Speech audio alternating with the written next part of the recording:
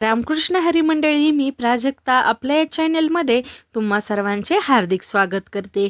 आज आपण बनवणार आहोत एकदम मऊसूत, खमंग आणि तोंडात टाकताच विरघळणारी अशी सुक्या खोबऱ्याची बर्फी. ही बर्फी बनवायला अगदी सोपी आहे आणि कमी साहित्यात तयार होणारी अशी आहे. तर चला सुक्या खोबऱ्याची बर्फी बनवायला स्टार्ट करूया. या ठिकाणी सुक्या खोबऱ्याची बर्फी बनवण्यासाठी मी 200 ग्राम खोबरं घेतलेलं आहे. तुम्ही बघू शकता चांगलं फ्रेश खोबरं मी घेतलेलं आहे आणि 200 ग्राम साखर घेतलेली आहे. जेवढे तुम्ही खोबरं घेणार आहात ना, सेम तेवढीच वजनी प्रमाणात साखर देखील घ्यायची. या ठिकाणी मी 200 ग्राम खोबरं आणि 200 ग्राम साखर घेतलेली आहे. आता हे जे खोबरं आहे ना, हे मी चाकूने बारीक चिरून घेतलेलं आहे.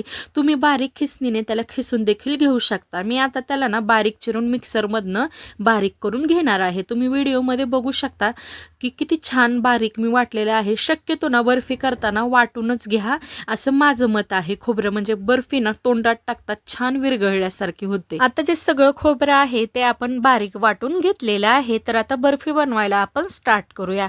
बर्फी बनवण्यासाठी गॅसवर मी एक कढई ठेवलेली आहे आणि त्याच्यामध्ये 1 चमचा मी तूप टाकलेलं आहे. आता कढई गरम झालेली आहे आणि आपलं तूप पण वितळलेलं आहे. त्याच्यामुळे त्याच्यामध्ये आता बारीक वाटून घेतलेलं आपण खोबरं टाकणार आहोत. आता हे खोबरं भाजताना ना गॅसची फ्लेम आहे ती लोच ठेवायची. लो फ्लेमवर हे खोबरं भाजून घ्यायचं 2 ते 3 मिनिट. आता या खोबऱ्याचा आपल्याला रंग वगैरे चेंज नाही करून द्यायचा आहे. फक्त त्याच्यातला कच्चेपणा जाऊन त्याचा छान वास यायला पाहिजे असंच आपल्याला खोबरं भाजायचं आहे. आता तुम्ही म्हणत असताल की या ठिकाणी मी तूप खूपच थोडं वापरलेलं आहे. सुक्या खोबऱ्यामध्ये ना तेलाचा अंश भरपूर प्रमाणात असतो, त्यामुळे मी या ठिकाणी तूप थोडंसं वापरलेलं आहे. जर तुम्हाला या बर्फीमध्ये तूप थोडं जास्त आवडत असेल तर 1-2 चमचे वाढवलं देखील तरीही चालेल. आता आपलं खोबरं छान मंद फ्लेमवर भाजून झालेलं आहे. आता ज्याच्यामध्ये ना आपल्याला बर्फी सेट करायची आहे त्याला तूप लावून घ्यायचं. आता या ठिकाणी हे ताट घेतलेलं आहे मी. या ताटाला ना आता मी तूप लावून घेते. आता जन्माष्टमीला आपण कसं सुंठवडा, शिकवडा, डिकवडा हे कृष्ण जन्म झाल्यानंतर प्रसाद म्हणून वाटतो, तसं आपल्या भारतात ना काही राज्यांमध्ये कृष्ण जन्म झाला तर ही खोबऱ्याची बर्फी आहे ना ही प्रसाद म्हणून वाटतात. आता आपण पाक बनवणार आहोत बर्फीसाठी. आता ही जी साखर आहे ना 200 ग्राम ही मोजून घ्यायची. आता ही मी मोजून घेतली होती. 1 ग्लास साखर भरली. मग याच्यामध्ये अर्ध पाणी टाकणार आहोत. अर्धा ग्लास मी याच्यामध्ये पाणी टाकलेलं आहे. 200 ग्राम खोबऱ्याला 200 ग्राम साखर आणि साखर किती आहे ती मोजून त्याचा अर्ध पाणी टाकायचं आहे. आता ह्या साखरेचा ना आपण पाक बनवणार आहोत. मीडियम फ्लेमवर ही साखर आपल्याला वितळू द्यायची आहे. ही साखर जी आहे ना ती आपल्याला वितळून त्याचा एकतारी पाक बनवायचा आहे. आता तुम्ही बघू शकता की किती छान बुडबुड्या आलेल्या आहेत. साखर तर वितळलेली आहे. साखर वितळल्यानंतर ना 4 मिनिट झाले मीडियम फ्लेमवर हा पाक शिजत आहे. एकदा मी चेक करून बघते याला ना तार सुटत आहे की नाही. तर तुम्ही बघू शकता की तार चांगली सुटत आहे.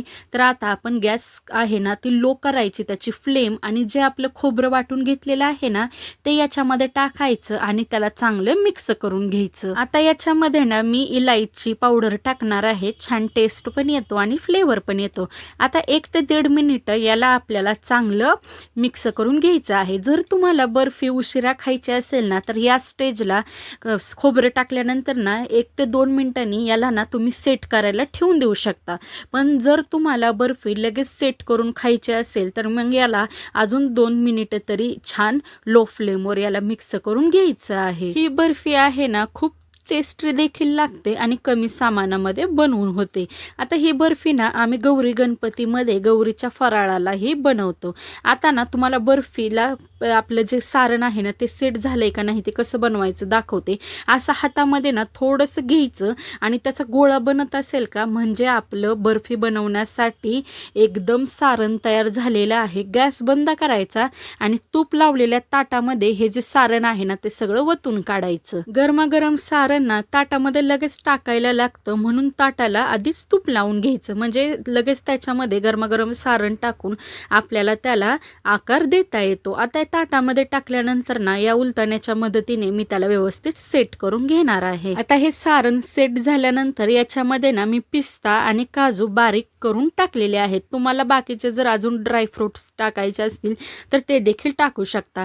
हे टाकल्यानंतर ना लगेच त्याला थोडंसं असं दाबायचं म्हणजे गरमागरम बर्फीमध्ये ते चांगले सेट होतील आणि असं बर्फी उचलताना वगैरे खाली सांडणार नाहीत. आता ही बर्फी ना ड्रायफ्रुट्स टाकल्यानंतर चाकूच्या मदतीने आपल्याला लगेच याला कट्स द्यायचे आहेत. तुम्ही बघू शकता जे आकारामध्ये तुम्हाला हे कट करायचं आहे ना त्या आकारामध्ये याला आपल्याला कापायचं आहे. लगेच बर्फी गरमागरम असताना ना ड्रायफ्रुट्स पण पटकन टाकायचे आणि त्याला कट पण लगेच मारायचं. ही प्रोसेस थोडी आपल्याला फास्ट करायची आहे. तुम्ही व्हिडिओमध्ये बघू शकता की मी कशा पद्धतीने त्याला कट्स देत आहे. आता ही बर्फी आहे ना ही आपण सेट करायला ठेवून दिलेली आहे. आता मी जे हे सारण आहे ना ते 3 मिनिटं चांगलं फ्राय केलं होतं, त्यामुळे ही बर्फी आहे ही लगेच सेट होणार आहे. आता 10 मिनिटांनी मी बर्फी तुम्हाला दाखवते. बघा किती छान आरामात ही बर्फी निघत आहे. हिला असं वडायची सुद्धा गरज नाही. चाकू टच केला की बर्फी आपोआपच वेगळी होत आहे. सुक्या खोबऱ्यामध्ये ना फायबर असतं, चांगले फॅट्स आणि काही महत्त्वाची खनिजे देखील असतात.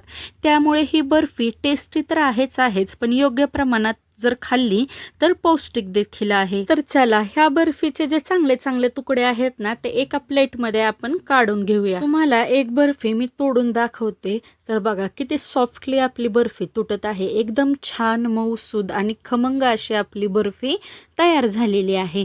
जर तुम्हाला या रेसिपीमध्ये काही डाऊट असेल ना तर मला कमेंट बॉक्समध्ये नक्की विचारा. व्हिडिओ आवडला असल्यास लाईक करा, शेअर करा आणि चॅनेलला सबस्क्राईब करा. Bye bye.